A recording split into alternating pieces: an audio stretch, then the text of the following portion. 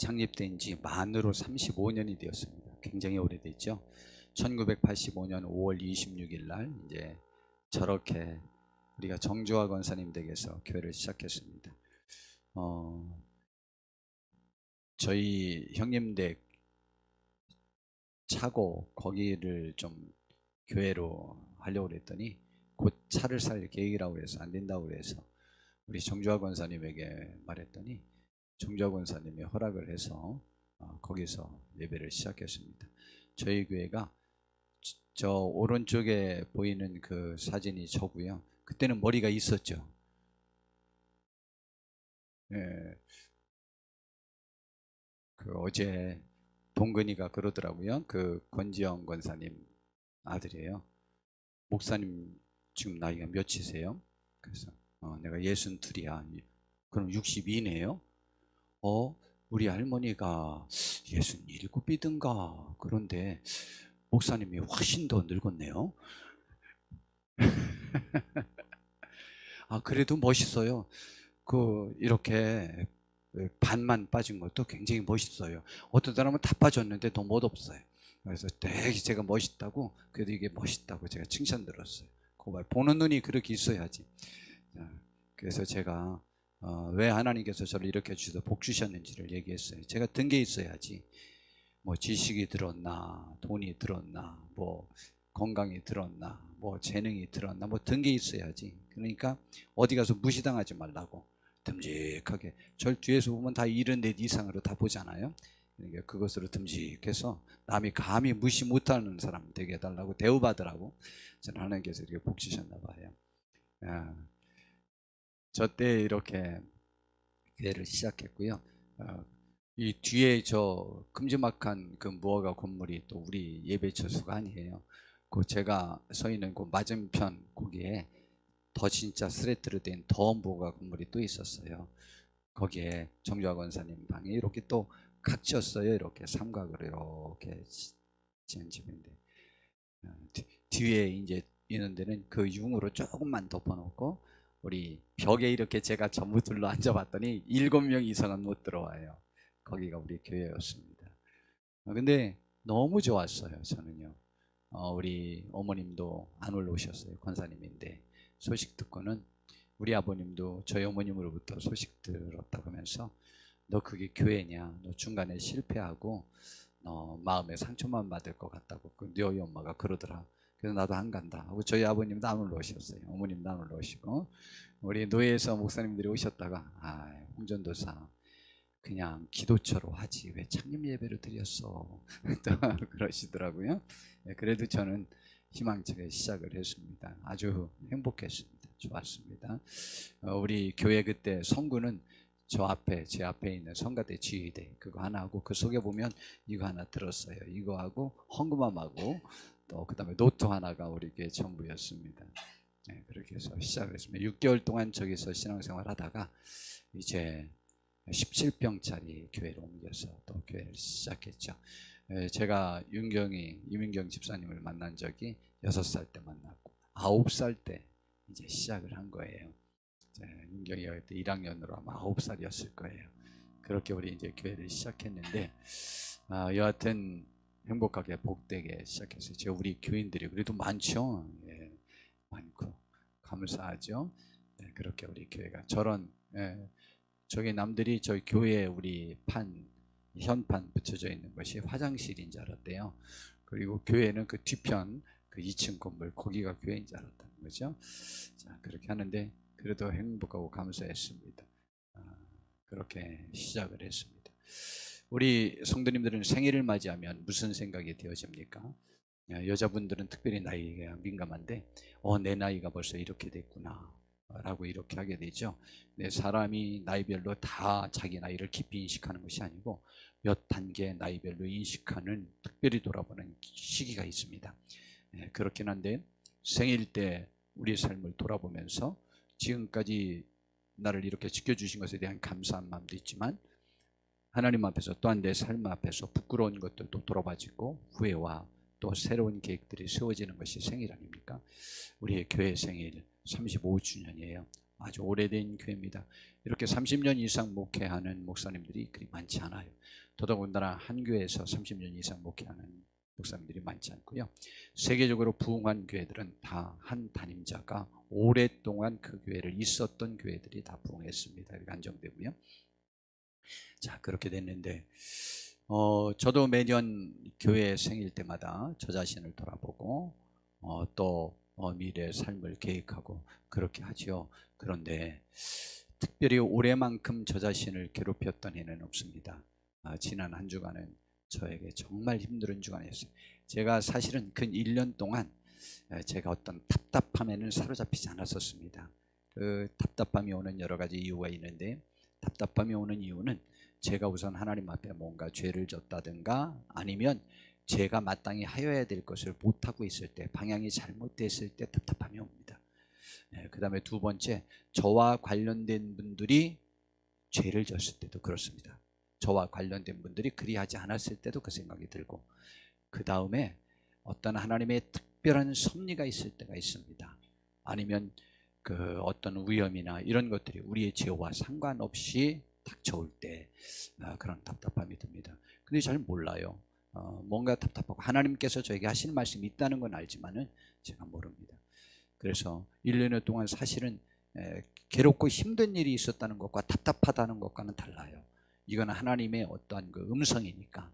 근데 들어야 돼요. 그래서 일주일 동안을 제가 아주 굉장히 예민하게 시간을 지냈고 좀 부르짖어 기도도 해봤습니다. 왜냐하면 그때 기도해야 주님의 뜻을 할 수 있으니까요. 그러다가 여하튼 이번 주 여러 가지 그 각 교회들에 가서 예배 드릴 기회들이 많이 있었습니다. 그렇게 하면서 우리 노예 주찬양 교회 이전 예배에 거기에 참석했다가 또 여러 가지 또 생각도 해보고, 또 목요일 날은 제가 고등학교 때 생활했고 신학교 들어갈 때까지 생활했었던 가련동, 그 우리 형님 댁이죠. 그 옆에 700m 떨어진 곳에서 우리 가련제일교회라고 하는 교회에서 우리 모임이 있어서 거기에 갔습니다. 그 목사님의 설교를 들으면서 제가 본래 훌륭한 목사님들 말씀 듣고 접하면은 깨우침이 있고 저 자신을 돌아보고 그러죠. 그리고 그분들 훌륭하구나, 나도 그렇게 돼야 되겠구나 라는 생각을 갖고 있지만, 이번에는 그런 생각이 아니고 저 자신이 가장 비참하고 초라하게 느껴졌습니다. 그리고 우리 교회는 또 복되게 이번 주에 토요일 날 우리 교회 처음입니다. 안수 집사님들 6분 세우시고 또 권사님들 11분이나 세워집니다. 권사님들이 세워진 것은 그 임직식이 있는 재직 임명은 지금 한현석 권사님, 정주화 권사님, 김말래 권사님을 임명한 것, 그것이 처음이고 지금 두 번째입니다. 아주 큰 것이죠. 경사죠. 아주 복된 일이죠. 그러면서 저 자신을 돌아봤고 우리 자신들을 돌아봤습니다. 저에게는 교회의 방향이 있었습니다. 저는 되어지는 그냥 현상, 전통에 관해서 한 번도 그냥 받아들여 본 적이 없어요. 굳이 말하면 우리나라의 전통도 왜 그 전통이 있어야 되는지, 왜 그런지 저는 매번마다 생각해 봤던 사람이에요. 교회도 모든 것도 제가 생각해 봤어요. 그렇기 때문에 교회 임직에 관해서도 저에게는 아주 뚜렷한 의식이 있습니다. 뚜렷한 의식이 있어서 그렇게 해야 되겠다. 한 예로 말한다면, 굳이 말하면 어떠한 경우에라도 교회의 임직이 성직매매의 인식이 될 수 있는 방법으로는 하지 않겠다. 대신 자격 기준을 분명히 해서 더 하나님 앞에 훌륭한 성도들을 뽑아야 되겠다라는 생각을 갖고 있었습니다. 저의 이상향이었습니다. 아주 좋게 생각하고 아름답게 생각하고 했습니다. 그런데 그러기 위해서 계속 시간을 미뤘던 거예요. 그런데요, 문제가 생겼어요. 왜냐면요, 제가 죽기 전에 하나님 앞에 한 번도 제대로 서볼 기회가 없을 것 같아요. 제가 못 썼는데 우리 성도님들 그런 자격 기준으로 볼 필요도 없고 그렇게 해서 여하튼 했습니다. 그러나 저의 마음은 무너져 내릴 것 같았습니다. 너무너무 아프고, 제가 다른 교회가, 한국 교회가 여지껏 전통적으로 해왔던 방법을 완전히 배제하여 그렇게 해보겠다라고 해서 대신 우리 교회가 더 훌륭할 것이라고 생각했는데 결론은 저에게 무너져 내린 것이, 그것은 하나님의 영광을 위한 것도 아니고 또한 우리 성도님들의 신앙 성장을 위한 것도 아니고 나 자신 스스로 자부심을 갖는 내 자신의 의에 사로잡힌 잘못된 생각이었다라는 생각을 가졌어요. 너무 무너졌어요. 왜냐하면 그 생각이 실제적으로 우리들의 성도님들의 성장에 방해가 되었어요. 차라리 그렇게 하는 교회 성도님들이 더 열심히 해요. 더 하나님께 충성해요. 더 예배하고요. 더 모든 것을 열심히 해요. 저희 교회는 더 절제하고 더 열심히 할 줄 알았는데 그렇지 않았어요. 그래서 제가 그렇게 하겠다는 건 아닙니다. 결코 또 그렇게 하지는 않아요. 제 이상향이라고 생각됐던, 제가 옳다고 생각하진 않습니다. 제가 교만했어요. 내 의에 빠졌어요. 그것이 생각되니까 저는 무너져 내릴 것 같아요. 제가 목사로서 가장 비참했어요. 지난주가 일주일 동안 너무너무 괴롭고 아파했어요. 견딜 수가 없어요. 이거 벗어날 길이 있는 거예요. 그런데 그 목사님의 설교를 들으면서요 너무너무 초라해졌어요. 이제 그 교회는 20년 됐더라고요. 근데 교회는 멋있게 잘 졌어요. 그리고 행복하게 목회하고 있었어요. 더 성도님들 충성해요. 저와 같은 생각이 없으셔요. 그분은. 그러나 성도님들은 어떻게 된 것이 하나님 앞에 더 사로잡혔어요. 더 잘해요. 여기 또 임직식 날 오시는 여자 목사님이 있어요. 제가 그분을 참 존경해서 저희 교회 이제 모시고 싶었는데 여하튼 임직식 때 저희 노예 목사님이신데 보아스 교회에서 인천에 있는 송남우 목사님이에요. 그런데요 저는 그분이 연세도 많고 그러셔서 목회 한 40년 하셨는지 알았어요. 그 교회를 짓는데요 교회 안 다니는 분들이 교회에 대해서 얼마나 관심을 많이 갖는지 몰라요. 와서 교회 관심 갖고 교회가 올라갈 때마다 눈물을 흘리면서 좋아하고 기뻐하는 교회가 됐어요. 아주 교회를 너무 잘 지신 거예요. 여자 목사님이. 저는요 40년 목회하셨는 줄 알았어요. 그분은. 그랬는데 이번에 왔는데 거기는 또 6월 6일 날 창립 20주년 기념 감사 예배 및 장로 장립 임직식을 겸해한다는 거예요. 그 교회가 저희보다 잘 돼서 제가 부끄러운 것이 아닙니다. 그것도 저의 마음속의 아픔이긴 하지만 그런 것이 아니에요. 그 교회 목회자들과 성도님들이 하나 되어서 더 아름답더라는 거죠. 더 아름답게 주님을 섬기는 그 모습이 저를 너무 초라하게 만들었고 내가 나의 의에 빠져서는 안 된다. 이제 우리 교회가 교회되게 하는 데 합당한 것들을 해야지 나의 의에 사로잡힌 목회를 해서는 안 되겠다 라는 생각을 가졌는데 그래도 자신은 없어요. 다만 이번 이 생일을 맞이해서 우리 한번 하나님께서 우리에게 주신 말씀에 대해서 교회가 무엇인지 성도가 무엇인지를 생각하고 최선을 다해 봅시다. 그러나 제가 볼 때 생각하는 병폐는 제가 생각하는 병폐예요. 그 교회들의 병폐가 아니에요. 제가 생각하는 저희 교회에서는 하지 않을 것입니다만은 한번 그러나 발버둥 쳐보고 우리가 주님 앞에서 우리 자신을 돌이켜보고 생일이니까 돌아봐야 되지 않겠습니까? 돌아보고 고칠 건 고치고 감사할 건 감사하면서 앞으로 나아가는 우리 교회가 되었으면 좋겠습니다. 교회가 무엇일까요? 그에 대한 정의를 가장 잘한 것이요 우리 고린도전서 1장 2절 말씀입니다. 고린도에 있는 하나님의 교회, 고린도 교회를 그냥 고린도 교회라고도 썼지만 하나님의 교회라고 바울사도가 썼어요. 그 하나님의 교회는 뭐냐? 교회란 뭐냐? 교회는 하나님의 것이라는 것이죠. 왜냐하면 곧 그리스도 예수 안에서 거룩하여지고 성도라 부르심을 받은 자들이라고 했어요. 그리스도 예수 안에서 거룩해졌어요. 이 말은 그 전에 안 거룩했다 이 말이에요.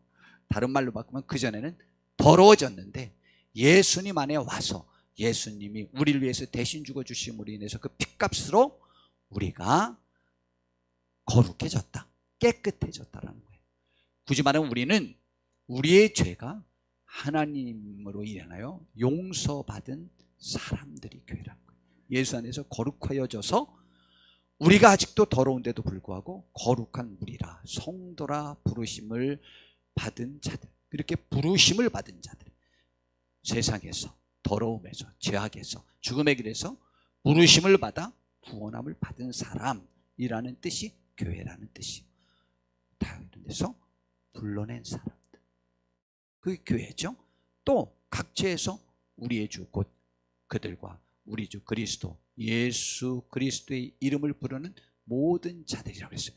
그래서 각처에서 모여있는 그들, 모여서 예수 이름을 부르면서 하나님께 예배하는 그들 모임체가 교회다 라고 하는 것입니다. 이 부분을 오크마 주석 서론, 고린도전서 서론에는 이렇게 말합니다. 특별히 우리가 아는 대로 고린도 교회는요, 교회의 병폐, 교회의 모순, 교회의 잘못의 종합 백화점입니다.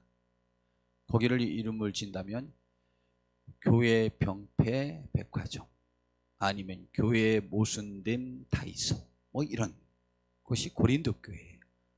지금 우리 교회와 똑같고 우리 모든 교회와 똑같아요. 그 모순된 것이 그득한 교회, 아주 너무 잘못된 것이 많은 교회, 그 교회에 대해서 저렇게 말하고 있어요. 참 신기하죠. 그래서 오크마 주석에서는 고린도전서 서론에서 이렇게 말을 합니다. 한번 읽어드려 볼게요.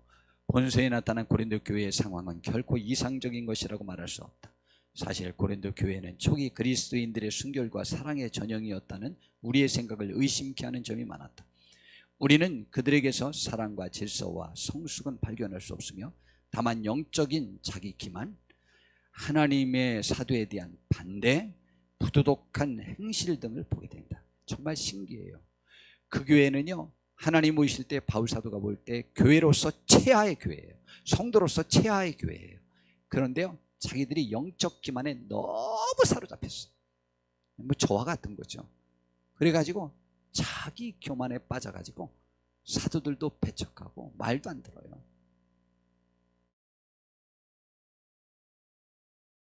그러나 놀랍게도 바울은 이 불완전한 그리스도인들을 그리스도 안에서 거룩함과 의롭다 하심을 얻은 형제들이라고 말하고 살아있는 하나님의 성전이며 교회라고 천명하고 있다.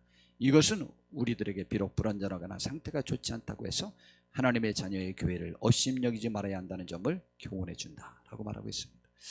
또 하나, 이제 교회에 대한 정의 중에 핸드릭슨이라고 하는 분의 주석이 있어요. 거기에 찰스 하찌라고 하는 분이 이렇게 말을 합니다.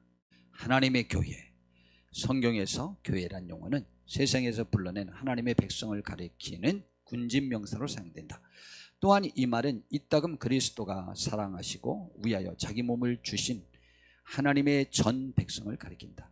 또 어떤 때는 바울이 하나님의 교회를 핍박하였다고 말할 때처럼 특정 부류로서 하나님의 백성을 가리키기도 한다. 이것은 또 이따금 예루살렘 교회, 안디옥 교회, 고린도 교회처럼 그리스도인임을 고백하는 특정 지역의 사람들을 가리키기도 한다. 그리고 비록 아무리 수요가 적다고 하더라도 그리스도인이라고 고백하는 몇 명이 모였을 때 이 모임을 교회라고 부르기도 한다. 이 점에서 우리는 빌레몬의 집이나 아굴라와 브리스길라의 집에서 모인 교회에 대하여 듣게 된다. 또한 이 말은 그리스도인들이 하나님에게 속해 있기 때문에 하나님의 교회라고 불리운다. 하나님은 교회를 구성하는 사람들을 하나하나 선택하고 부르신다. 사도행전 20장 28절에 의하면 하나님의 친아들의 피로 교회를 사셨기 때문에 교회는 하나님의 것이라, 뭐 이렇게 말하고 있습니다. 교회에 대한 정의 중에 제가 보았던 정의 중에 가장 마음에 드는 정의예요. 성경 전체 또한 인류의 역사 전체는 저는 하나님께서 인류를 죄악에서 부르신 하나님의 역사가 성경의 역사고 인류의 역사라고 생각합니다. 인류 최초의 인물 아담과 하와를 그 죄악에서 하나님이 부르셨습니다. 창세기 3장 7절에 보면 이에 그들이 눈이 밝아져 자기들의 벗은 줄을 알고 무화과 나무에 벌렸고 치마를 삼았더라 라고 했어요. 하나님이 먹지 말라고 하는 선악과를 따먹었어요. 그리고는 그들이 그 즉시로 죄책감이 느껴서 자기들이 부끄러워서요 벗은 몸을 가렸어요. 그전에는요 자기들이 벗고요 하나님 앞에서 그냥 따뜻하게 뭐 같이 대화하고 최고의 행복을 누렸습니다. 그런데 갑자기 벗은 것이 부끄러워서 가렸어요. 그리고는 하나님이 나타나시는 줄 알고 무서워서 숨어버렸습니다. 그 전까지 최고의 사랑의 대상이었는데 죄는 나와 관련된 사랑하는 사람과의 관계를 깨뜨립니다. 그들이 그날 바람이 불 때 동산에는 거니시는 여호와 하나님의 소리를 듣고 아담과 그의 아내가 여호와 하나님의 낯을 피하여 동서양 사이 나무 그늘에 숨었어요. 그래서 하나님께서 아담을 부르셨는데 인류 최초의 부르심이에요. 내가 어디 있느냐? 아담아 내가 어디 있느냐? 사람아 어디 있느냐? 라는 부르심이에요. 죄를 짓고 하나님을 떠난 것을 알고 있어서 하나님을 부르신 거예요. 거기 있는 줄 몰라서 부르셨겠어요? 자의로 하나님 앞에 나서기를 바라는 거예요. 그들을 안타까워서 부르신 거예요. 그래서 그들이 나타나서 말했습니다. 내가 동산에서 하나님의 소리를 듣고 내가 벗었으므로 두려워 숨었나이다. 성경 전체는요 죄 지은 사람은요 하나님께 오는 것을 두려워합니다. 여러분 한번 죄 져보세요. 죄 중에 이상스럽게 우리가 뭐를 제일 큰 죄로 생각할까? 살인이 제일 크죠.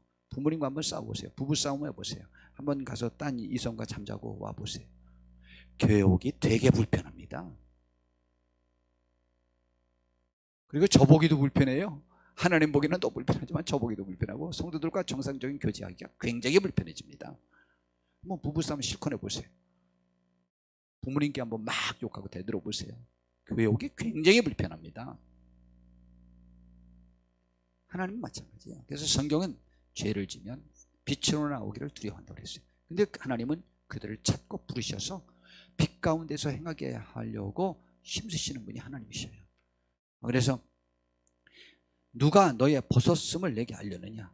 내가 내게 먹지 말라 명한 그 나무 열매를 내게 먹었느냐? 죄 짓기 전까지는요 죄가 내 눈에 보이지 않습니다. 죄의 영향력이 나에게 보여지지 않습니다. 그것 때문에 신경도 안 쓰입니다. 생각도 안 납니다.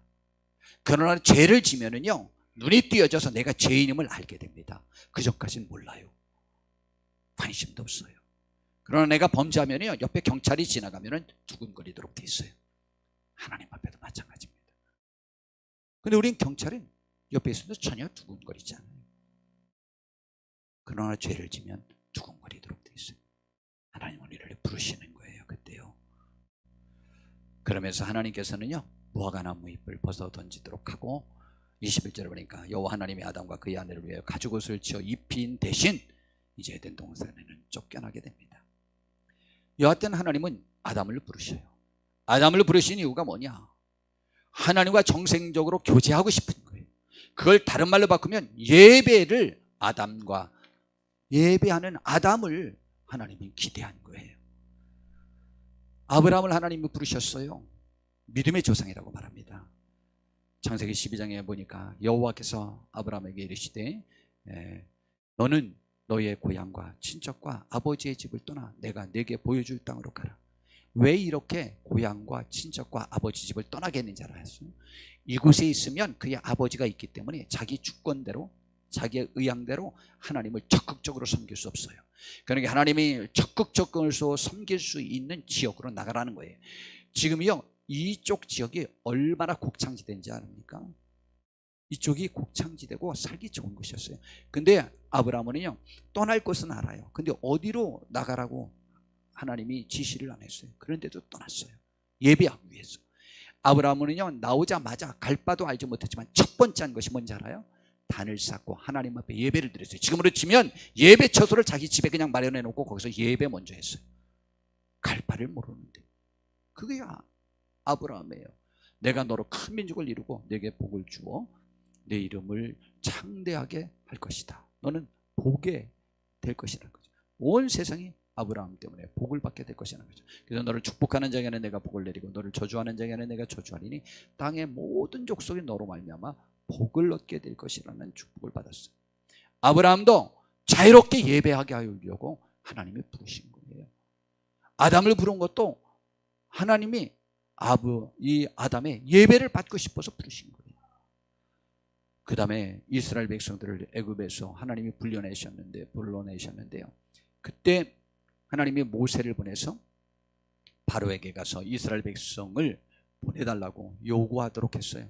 그런데 그때 출애굽기 5장 1절에 보니까 그 후에 모세와 아론이 바로에게 가서 이르되 이스라엘의 하나님 여호와께서 이렇게 말씀하시기를 내 백성을 보내라고 하셨습니다. 이유가 뭐냐? 그러면 그들이 광야에서 내 앞에 절기를 지킬 것이니라 하셨어요. 아니, 애굽에서 지켜도 되잖아요. 그런데 하나님과 모세는 그건 정당한 예배가 아니라는 거예요. 그러나 바로는요, 우리들을 떠나지 말고 우리와 함께 있으면서 예배하라는 거죠. 제안을 받죠. 자기들이 요구하는 예배를 드려야 돼요. 그러나 우리들의 예배는요, 떨어져야 돼요. 분리돼서 예배해야 돼요. 모여야 돼요. 매번 모여야 되는 거예요. 예배 처소에 모여야 돼요. 바로 그걸 말하는 거예요. 광야를 고생하는 데서 해방해야 하는 것이 목적인 것 같았지만 하나님은 예배하도록 내 백성을 보내라는 거예요. 예배하여야 될 백성은 예배하여야 되는 거죠. 하나님은 예배할 백성을 찾아요. 그 교회를 성경은 광야교회라고 말합니다. 사도행전 4장 38절에 보니까 시내산에서 말하던 그 천사와 우리 조상들과 함께 광야교회에 있었고 그것도 교회예요. 그걸 갖다 교회라고 말합니다. 그리고 하나님의 섬길 것을 요구하십니다. 그 광야교회에. 그래서 이스라엘 백성들이 애굽에서 나와서 한 달이 오간 가가지고 이제 홍해바다도 건너고 아말렉과의 전쟁에서도 승리하고 이제 침입하는 외적도 없고 이제 애굽이 쳐들어올 상황도 완전히 없어진 상태에서 하나님께서 호렙산에서 다시 처음에 그곳에서 모세를 불렀던 하나님이 또다시 부르는 거예요. 내가 너희에게 하나님의 말씀을 줘야 되겠다는 거예요. 그래서 40일 동안 금식하면서 거기에서 계명을 받잖아요. 그래서 성경 말씀 모세 율법이 그때 나온 것입니다. 그 중에 핵심이 십계명이잖아요. 십계명 첫 번째가 출애굽기 20장 1절인데 하나님이 이 모든 말씀으로 말씀하여 이르시되 나는 너를 애굽 땅 종되었던 집에서 인도하여 낸 내 하나님 여호와라는 것을 전제하면서 이제 말씀하시는 거예요. 2절에 보니까 분명히 말하잖아요. 나는 너를 애굽 땅에서 종되었던 집에서 인도해낸 내 하나님 여호와니까 나도 너희들에게 내 목적을 요구할 수 있다는 거예요. 구원자로서 전제해서 요구하는 거예요. 첫 번째가 뭐예요? 너 외에 너희는 나 외에 다른 신을 두지 말라는 것이죠. 두 번째, 이 신이라고 하니까 우리가 잘 이해가 안 되니까 두 번째는 우상을 너를 위하여 새긴 우상을 만들지 말라는 것이죠. 여러분 지금 한국교회 큰 문제, 저와 우리 모든 성도님들에게 큰 문제 있죠. 온 세계의 사람들이요, 세계 역사 흐름을 봤더니 국민 1인당 소득이 10,000불을 넘어가기 시작하면 이제 자기 속에 다른 신이 존재하기 시작합니다. 이제 하나님이 번잡스러워지기 시작하고 하나님께 예배하는 것이나 하나님의 말씀이나 하나님의 가르침이 나의 주권을 침해하는 것처럼 인식하는 인식들이 드러나기 시작합니다. 그래서 하나님을 멀리하게 되는 것이죠. 그런데 그것이 가장 빠르게 형성된 것이 우리나라입니다. 우리나라의 교회 성도님들이 이 인식이 가장 많이 들어진 거예요. 우리나라 민족이 가장 먼저 이것이 더 깊이 인식이 된 거예요. 그래서 나의 주권을 침해하는 것들을 용납하지 못합니다. 그래서 하나님이 나에게 필요한 것이 아니고 우상은 나를 위하여 내가 신이라고 내 스스로가 만들어 놓는 것이 우상이에요. 그런데 물질의 신을 우리는 섬기고 있습니다. 자녀의 신을 섬기고 있습니다. 가족의 신을 섬기고 있습니다. 내 시간의 신을 섬기고 있습니다. 나와 관계된 사람들과의 관계성이 하나님의 말씀, 하나님 교회의 모든 관계성보다 그것을 조금이라도 침해하면 난리 납니다. 나를 위한 거예요. 그것들이 교회가 나를 위한 것이 아니에요. 교회는 이제 시장품에 해당되는 것이죠. 그래서 그것들이 더 중요해요. 내 집에 소식 없이 침해하거나 계획 없이 교회에서 무엇을 요구하면 난리가 납니다. 내 허락을 받아야 돼요. 난리가 납니다. 우상이 형성됐어요. 나를 위한 거예요. 그것이 나를 나되게 만든다고 확신하는 거예요. 이것을 빼앗기면 큰일 나는 거예요. 그래서 그 우상이 지금 한국교회를 만연히 하고 있습니다. 한국교회라고 하면 다른 교회를 제가 이제 평할 입장이 되지 못해요. 제가 지난주처럼 저 자신이 초라하고 저 자신처럼 비참하게 느껴본 적 없어요. 우리 교회가 그래요. 우리 교회가 조금도 침해하지 못해요. 목사인 저도 그거 말했다간 큰일 납니다. 그걸 건드렸다면 난리 납니다. 우리들의 마음속에 우상이 있어요. 나를 위한 거예요. 그것이 하나님이 나를 위한 것이 아니에요. 그것이 나를 위한 자리를 깊이 사로잡고 있습니다. 하나님은 예배할 자를 잡고 있는데 하나님께서는 본인을 예배하고 본인이 원하는 대로 살아야 될 것들에 대한 근거를 제시하면서 말씀하시는 거예요. 그리고는 내 이름을 망령되이 일컫지 말라고 세번째 말했어요. 그런데요, 이것도 한국교회 말할 필요 없어요. 저희 교회 봤더니 자기의 새겨놓은 우상을 건드리는 것들에 관하여 그것이 옳지 않다는 것에 대하여 신앙적인 것처럼 성경적인 것처럼 하나님을 위한 것처럼 정의하기 시작하면서 하나님의 이름으로 교회를 정죄하고 무시하고 그래요. 하나님에 대한 정의를 자기가 만든 우상의 틀 안에서 생각합니다. 물질, 자녀, 가족, 내 시간, 나의 관계성, 그 모든 것들을 전혀 침해하지 않는 상태에서 정의를 내립니다. 그 정의가 어떻게 하나님에 대한 정의일 수 있고 교회에 대한 정의일 수 있고 신앙에 대한 정의일 수 있습니까? 그러면서 주의 이름으로 하나님의 이름으로 신앙의 이름으로 말합니다. 여호와의 이름을 완전히 짓밟고 망령되고 우습게 여기는 것입니다. 그것이 그곳에서 저와 우리가 조금은 벗어나야 될 것 같습니다. 그리고 안식일이랍니다. 네 번째, 안식일은요 너무 중요한 부분이에요. 안식일은요 예배에 관한 거예요. 예배에 관한 것인데 그거는 시간에 관한 거예요. 장소에 관한 거예요. 시간과 장소라는 건, 시간이라고 하는 것은 물질에 관한 거예요. 시간은 돈이거든요. 물질에 관한 거예요. 관계성에 관한 거예요. 시간은요. 근데 왜 예배 처소를 성경은 꼭 지정해주고 있어요? 예루살렘 성전에서 혹은 성막에서, 또 심지어는요 예수님께서도요 갈릴리라는 곳에서 만나죠. 예루살렘에 있으라. 거기서 죽이는데요. 죽으라는 거예요. 거기서. 그러면서 예배하라는 거예요. 여러분, 하나님께서 이 안식일 문제는 예배라는 문제와 물질이라는 문제예요. 시간이라는 문제예요. 이 부분의 주권을 하나님 앞에 돌리는 거예요. 그것이 형성되어야 해요. 제가 목사로서 칭찬받는 일이 뭔지 알아요? 제가 이상한 거로 칭찬 들어요. 옛날에 김말래 권사님 남편도 제가 전도를 해서 우리 교회 1년 이상 나왔어요. 기가 막힙니다. 목사님, 제가 1년 이상 나왔는데 헌금하라고 한마디도 말씀 안 하셨어요. 그래서 훌륭한 목사라는 거예요. 내가 비참한 거예요. 비참한 거. 왜 못할까? 저의 신은 성도예요. 우상이에요. 이들에게 상처 안 주는 것이 저의 마음속에 우상이에요. 하나님이에요. 제가 그랬어요. 우리 교회처럼 헌금 설교 안 하는 교회가 없다고 그러대요. 칭찬 무지하게 들었어요.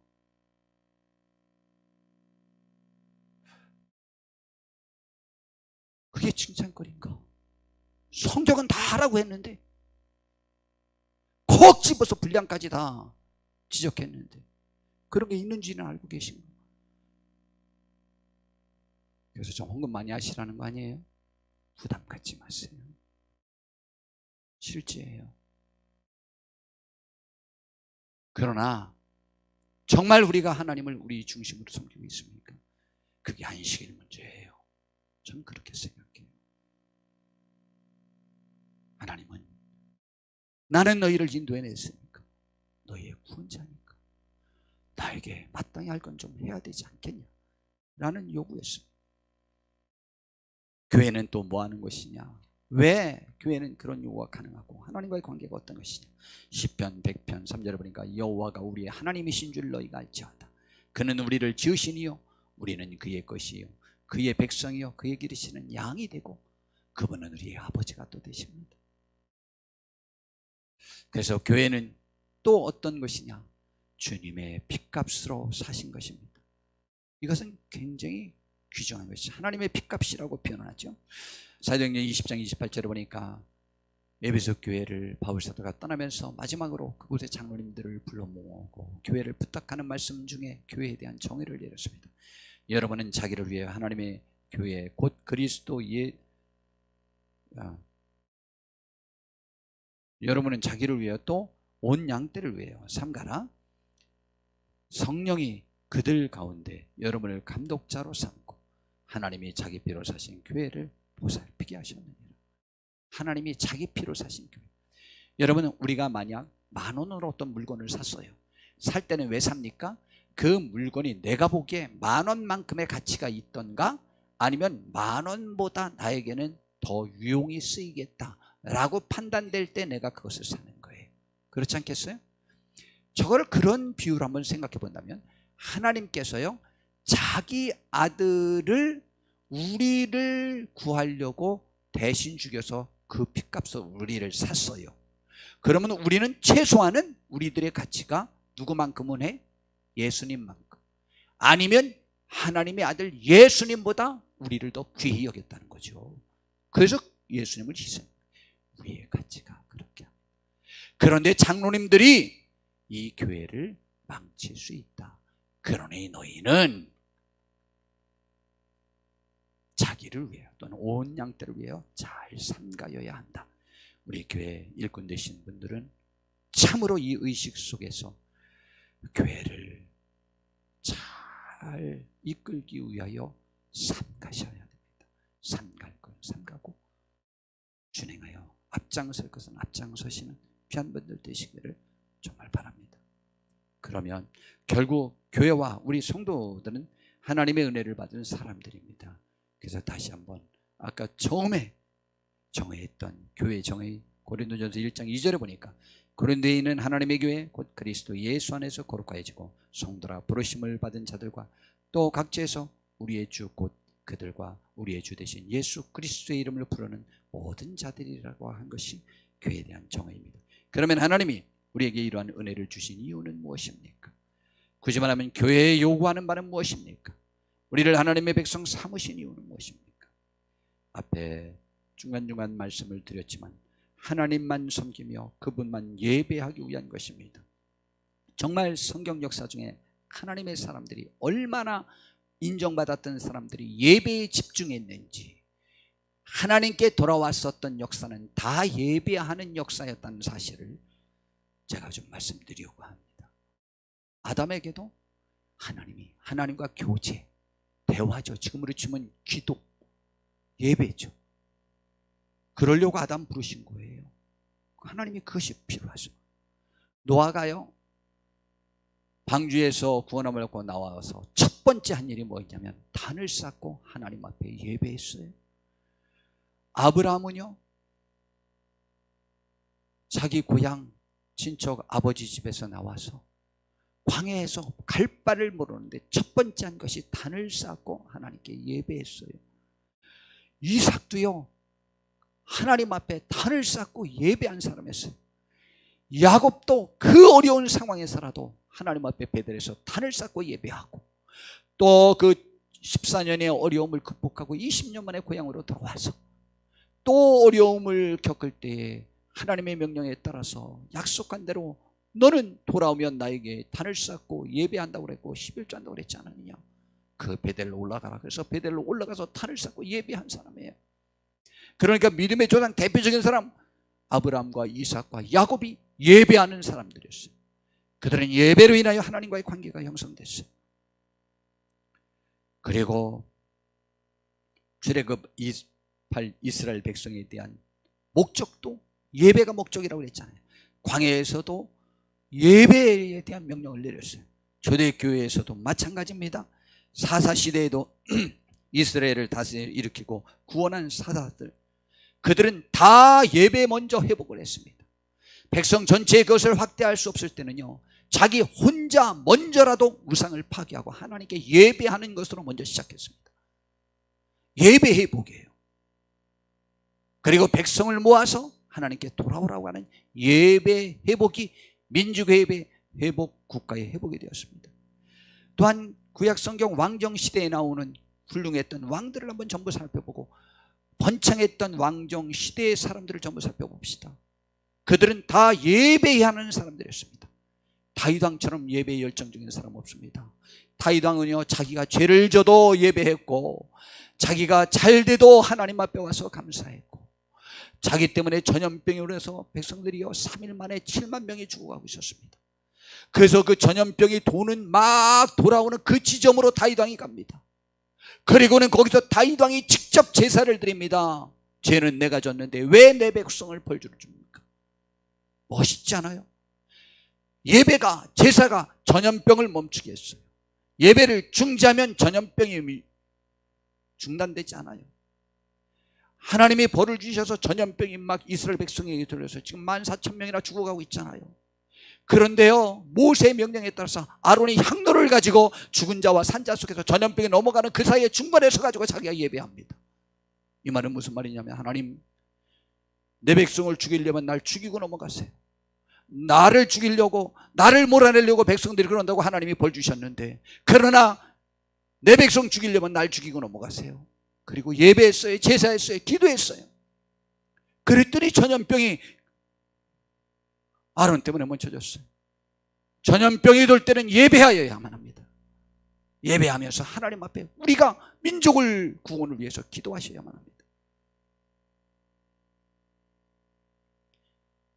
여호사밧 왕, 히스기야 왕, 요시야 왕, 그들 때는 제사가 회복됐어요. 6월절이 가장 흥왕하게 지켜졌고, 절기가 지켜졌고, 예배가 지켜졌습니다. 예배가 살아났어요. 여러분, 우리가 살고 이 민족에 사는 것은 예배가 살아나야 돼요. 주의 감격에 의해서 사로잡힌 바 되어지는 그런 예배가 되어져야만 합니다. 이 기회를 우리들의 시간을 갖는 것으로 사용하는 것이야. 그리고 그것이 우리들의 생활로 고착화되어서는 한국교회 목사님들이 어쩌면 거의 100%에 가깝게 이전의 예배가 회복되지 않을 것 같이 염려합니다. 그래서는 안 됩니다. 우리 다시 회복하고 더 열심히 회복하고 이 책임이 우리에게 있다고 인식을 하면서 하나님 앞에 기도하셔야만 합니다. 그뿐만이 아닙니다. 유다가 70년 바벨론의 포로 생활을 마치고 돌아왔을 때 그들이 한 일이 무엇입니까? 우리는 너무 잘 알지 않습니까? 성전을 재건하는 일을 제일 먼저 했어요. 그리고요, 그들이 또 한 일은요, 예배 회복이에요. 안식일을 지키는 거예요. 하나님께 감사의 물을 드리는 거예요. 차고 넘치도록 드렸습니다. 최선을 다했습니다. 그리고 아주 법으로 제정하면서까지 그것을 지켰습니다. 예배의 회복이에요. 성전에서 모였어요. 안식일을 지켰어요. 그러면은 어떻게 합니까? 초대교회는 어떻게 했을까요? 초대교회는 그 모든 것을 뛰어넘습니다. 초대교회는 생명을 바치면서 예배했습니다. 죽이는데도 예배했습니다. 죽이는데도 신앙 고백했습니다. 죽이는데도 서로 교제하고 사랑했습니다. 죽이는데도 전도했습니다. 예수의 이름을 말하면 죽이겠다고 했는데도 말하고 죽습니다.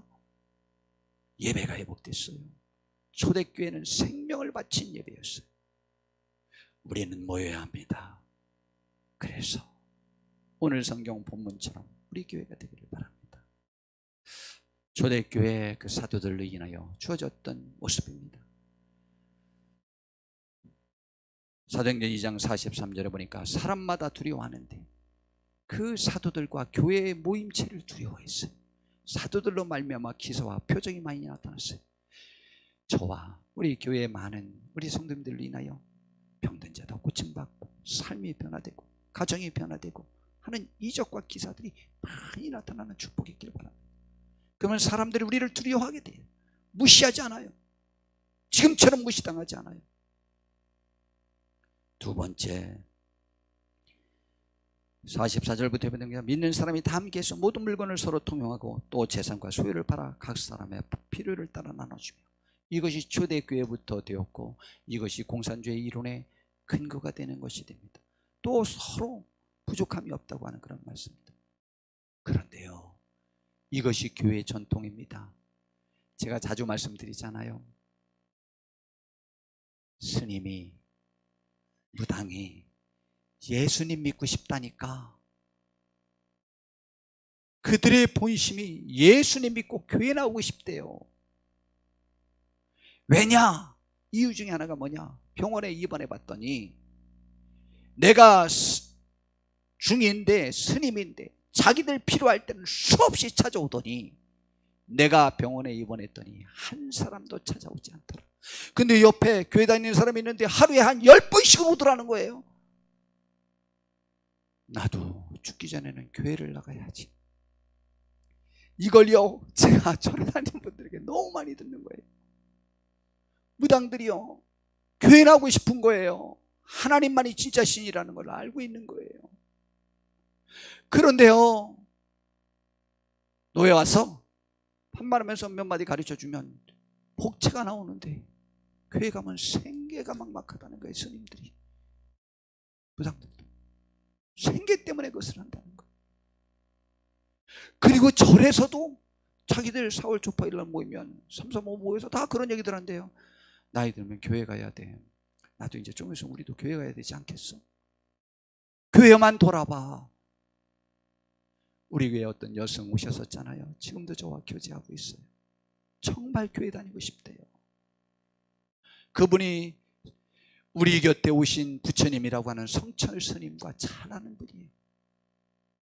그분이 돌아가시기 전에 병원에 입원하고 그분이 병상에 계실 때에 그분 옆에서 지켜준 사람은 자기 딸, 성철 스님 딸, 초등학교 선생님이가 그랬는데 교사직을 그만두고 그 딸만 보살폈지 아무도 보살피지 않더라고요. 비참했다는 거예요.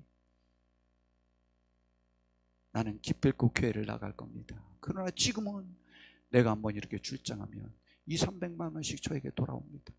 근데 교회 가면 이 모든 것을 끊어야 되는데 어떻게 날 보고 대신 승복 입고 교회 오라면 내가 갈게요. 이거 두 가지 내가 병행해서 할게요. 믿기는 하나님 믿고 돈 버리는 거기서 하고.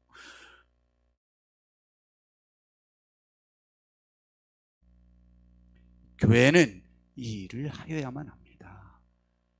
이렇게 해서 어려운 사람들을 돌봐야 교회예요.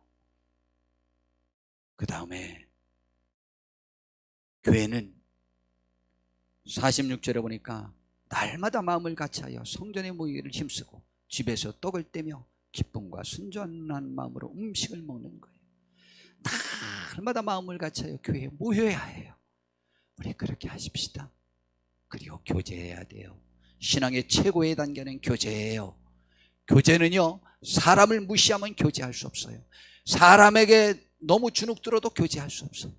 내 마음이 사랑의 겸손의 마음으로 될 때는 나보다 훌륭한 사람은 높이면 되는 거고 인정하면 되는 거고, 나보다 못난 사람을 어떻게 내가 무시할 수 있어요? 그게 신앙이에요. 그걸 가능한 것은 교제예요. 그래서 서로 아름답게 지내야 돼요. 아름답게 돌보고. 그렇게 하고, 그렇게 하면 하나님께서 무슨 복을 주시는지 알아요? 47절에 보니까 하나님을 찬미하며, 우린 모여서 하나님을 찬미해야 되는데 하나님께 진심으로 감사합니까?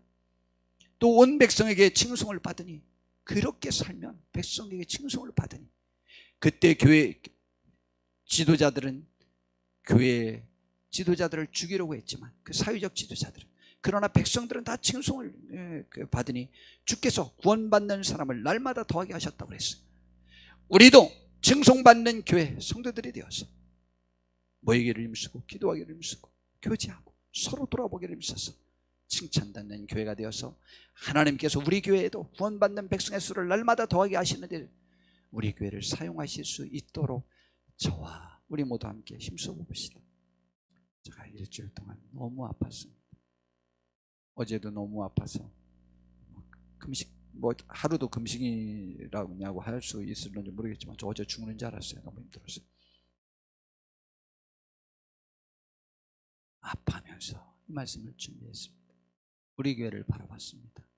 우리 교회가 이렇게 되었으면 좋겠습니다. 모입시다. 기도합시다. 교제합시다. 돌아봅시다. 도와줍시다.